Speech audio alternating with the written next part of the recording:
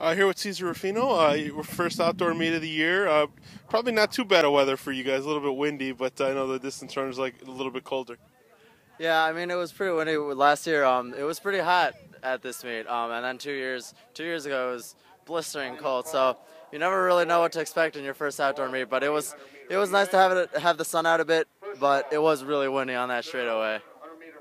So talk about the race a little bit. What your plan was? Did you know that you were kind of going to be the top runner? Well, yeah, I kind of thought I was going to be the top runner going into this race, but before the race, I thought maybe I should go out a little bit slower the first lap, test my waters, because usually in these type of races, people go out way too fast, and then I tend to make the mistake of going with them. So I wanted to test my waters, but then right before the race, Max, who got fourth, he told me just go out and lead it from the beginning and dominate it from the beginning to the end. So that's what I did. And that's what you did, wire to wire. Did you get a sense of how far it seemed like the Von Steuben guy was maybe 15 meters behind you for a good chunk of the race? Yeah.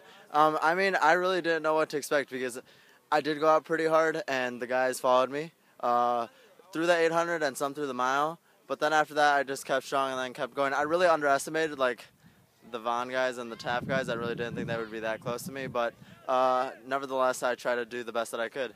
Happy with your time? I think. I mean, I really am not fond of this track at all. I'm really waiting for them to redo it because it is kind of hard at times. My previous best at this track was a 10:58 last year, which is when I ran a 10:47, and this time around I ran a 10:51 after a month and a half of not running the two. So that looks well for my PR coming up in the season.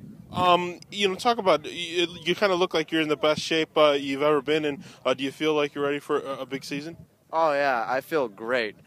Cross was all right. I didn't do exactly what I expected to do. I wanted to dip into the low 16s or break 16, but I really didn't do that. I cut off 8 seconds off my cross country 3-mile time last year. But going into this cross season, I'm already breaking my records. I already broke my 2-mile outdoor PR indoors and my outdoor 800 indoors and my outdoor mile from last year indoors. So it's looking well for me. What are your expectations? Do you have, do you get a sense of what your marquee event's going to be? I honestly do not know.